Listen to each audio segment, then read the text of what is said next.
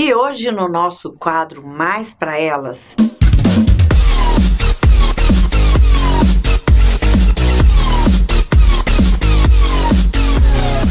eu quero propor uma reflexão sobre limites e educação de filhos, já que a gente está pertinho do Dia das Mães. No passado, a gente sabe que existia uma distância muito grande entre pais e filhos. A educação era muito rígida, muito severa e composta por limites que eram muito castradores. E não raramente até castigo corporal e humilhante.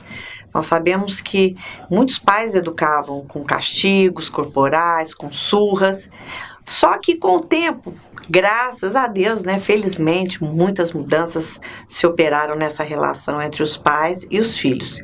E graças a Deus, gradualmente, foi acontecendo uma aproximação entre pais e filhos.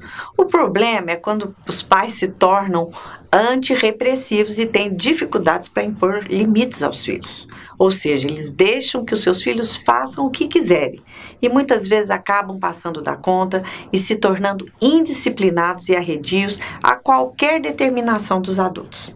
Do autoritário ao permissivo, dois comportamentos radicais e nocivos para a nossa educação. E hoje nós sabemos que é muito natural que os filhos não obtenham a atenção dos pais, ou seja, os pais estão muito ocupados. E muitas crianças e adolescentes acabam crescendo sem limites. A criança que não tem limite, ela não se sente amada pelos pais. E acabam crescendo com o sentimento de que os pais não se importam com elas. Isso, já que a criança, o adolescente, ele sente que o pai não se importa com o que eles fazem, isso acaba gerando nessas crianças e adolescentes uma insegurança e afetivamente acabam usando do mau comportamento para chamar a atenção dos pais, ou seja, se os meus pais não me dão atenção, se meus pais não estabelecem limites, é porque consequentemente eles não gostam de mim. E segundo o psiquiatra Samitiba, uma criança satisfeita, ela dá muita liberdade para os pais, ou seja, quando uma criança está bem, os pais ficam bem. Já quando uma criança está insatisfeita, o que acontece? Ela cobra a atenção dos pais o tempo todo. E é muito importante que os pais, nesse processo de educação, tenham uma congruência no discurso de educar, ou seja, pai e mãe precisam ter a mesma proposta, ou seja, o mesmo diálogo, a mesma posição, a mesma postura. O que acontece muitas vezes é que o pai fala uma coisa, a mãe fala outra. É aquele negócio, vai pedir pro seu pai, não, pede para sua mãe. E o casal acaba não tendo uma posição única na educação. E é muito importante, por quê? Porque a criança ela precisa perceber que os pais agem de uma forma conjunta. E isso é muito importante, porque é importante para os pais, assim como é importante para os filhos. Hoje, eu como psicóloga, eu atendo há 23 anos, eu tenho assistido muitas crianças e adolescentes com problema de depressão. E muitos dos casos de depressão estão associados a esse processo de educação. Por quê? Porque para educar filho, a gente precisa ter bom senso. E bom senso, a gente muitas vezes é difícil mensurar o bom senso, mas o bom senso é a medida certa e fundamental na educação dos filhos. Eu costumo dizer que o leite alimenta o corpo, ajuda, gera anticorpos, preserva, mas é justamente o alimento o afeto, que é o alimento que alimenta a alma.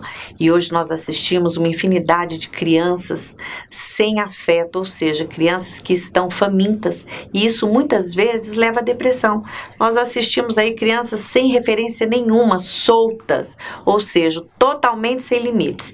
E é muito importante que, além do afeto, que a criança e o adolescente ele também tenha clareza dos limites. Ou seja, estabelecer limites promove a segurança emocional que os filhos tantos precisam. E eu vou estar falando sobre algumas ferramentas do processo de educação dos filhos. O primeiro dele é a disciplina. O filho precisa ser convencido de que ele é amado e que a disciplina é uma grande ferramenta.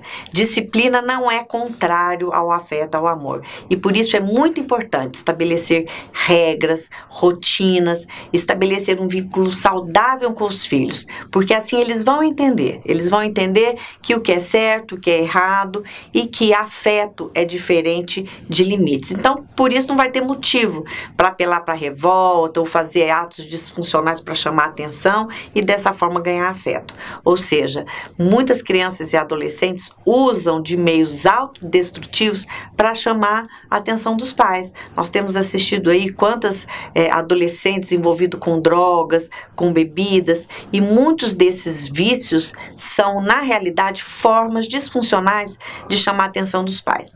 O amor ainda é o elo que deve prevalecer na relação entre pais e filhos. E um outro aspecto muito importante da educação dos filhos é a comunicação assertiva. Eu costumo dizer o seguinte: sim é sim, não é não. Não dá para sim ter cara de não e não ter cara de sim. O que acontece muitas vezes é que no momento os pais dizem sim e no outro eles dizem não.